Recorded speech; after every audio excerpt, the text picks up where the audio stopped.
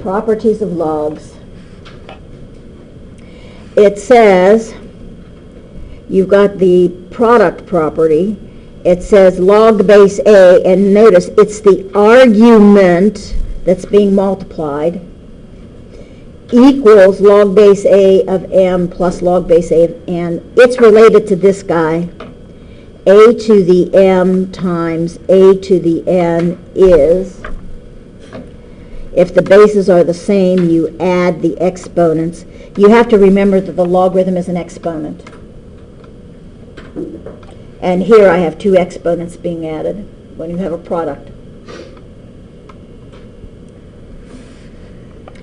And here is log base A of m divided by n. Well, is going to be a difference. Log base A of m subtract log base A of n. So that says if I had a to the m, this is the property of exponents, divided by a to the n, it's a to the m subtract n. And here you're subtracting the two exponents.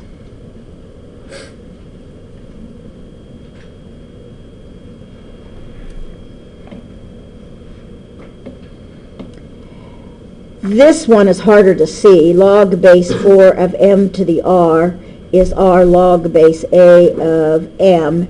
Now he's related to this guy.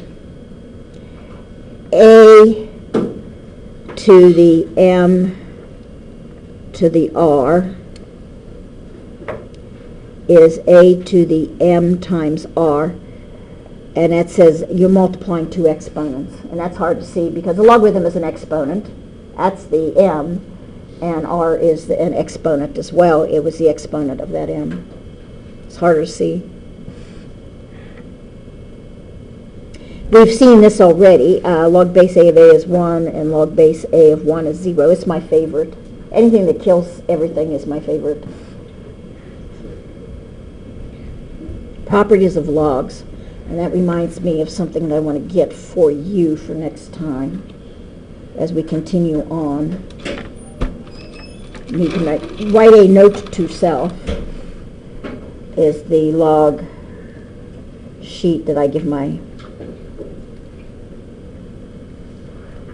120s. You can't use it on a test, but you can use it for your homework. And it's got all the properties of logs and stuff on it, so. But that's what I would do when doing my homework. I'd certainly write down on a separate sheet of paper the properties of logarithms. Have it beside you. As you do your homework, you refer back and forth to the paper, and before it's all over with, you don't need to use paper anymore. This becomes fairly easy to do. Been there, done that. So here we go.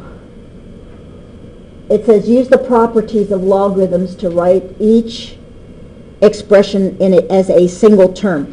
By the way, most of the time in calculus, we don't write it as a single term. We do the opposite. We take something which is a single term and we write it out to look like this, because the process we're going to do on it makes it so much simpler to do it than if they're all clunked together. So we usually do the opposite. We usually pull it apart rather than bring it back together. And that's where equation solving. Then you want to bring it back together. So the first thing I notice is, if I look at the properties of logarithms, and now we're going to put it back together, that says I'm now going from this side back to the, from right to left. And you notice that the coefficients on the logarithms are all 1, except for this guy. So if I take a look at my original problem, or the problem that I want to work, I notice that the coefficient on this natural log is 4. I need to move him out of the way first before I can bring him together. So that means this 4 needs to come up, and so this becomes the natural log of x plus 2 plus the natural log of x minus 3 to the 4th power. I'm going to mark this as, and you don't have to do this if you don't want to, but I do it for note purposes. This is property 3. Now the coefficients of the natural logs are both 1, so I can use property 1. And property 1 says if you have a sum, the argument ends up being the product of the two arguments, so you can bring it back together. So that means this guy turns into the natural log of x plus 2, and this is all under one thing, x minus 3 to the fourth. And now it's under 1.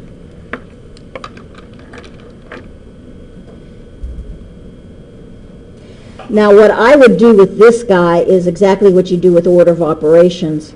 I would come in, ignore the 1/2 temporarily. I would do the inside first.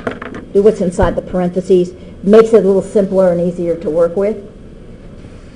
So this then becomes 1/2 times, this is log base 7 of 14, subtract log base 7 of x plus 6. That says I'm using, and by the way, this was property 1. That means I'm using property 2, which says if I have a subtraction, it turns into a quotient. So this then becomes log base 7 of, argument is 14 of the first, the argument of the second is x plus 6.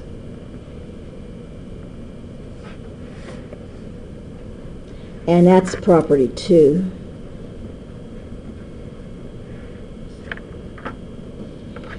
Now I've got 1/2 times that, so if I really look at this, this just says it's 1/2 log of 7, 14 divided by x plus 6.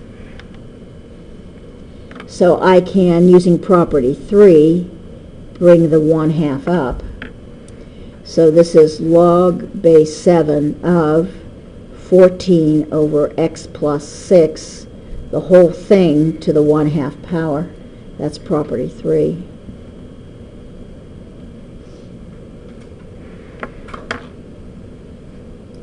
Now, for all intents and purposes, how else could I write this? Square root of 14 over x plus 6. Square root of 14 over x plus 6. So this would be the same as log base 7. Then you'd have the whole square rooty thing. We tend not to do that. Why? Because from a calculus point of view, numbers are the key rather than radicals.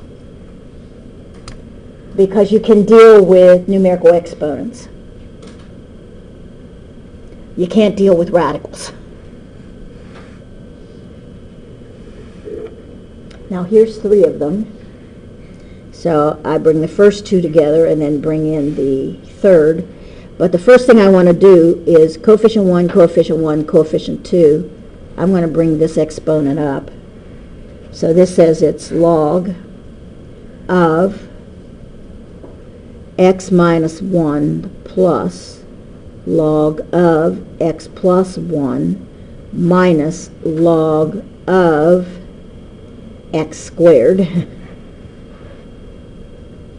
And that was property 3.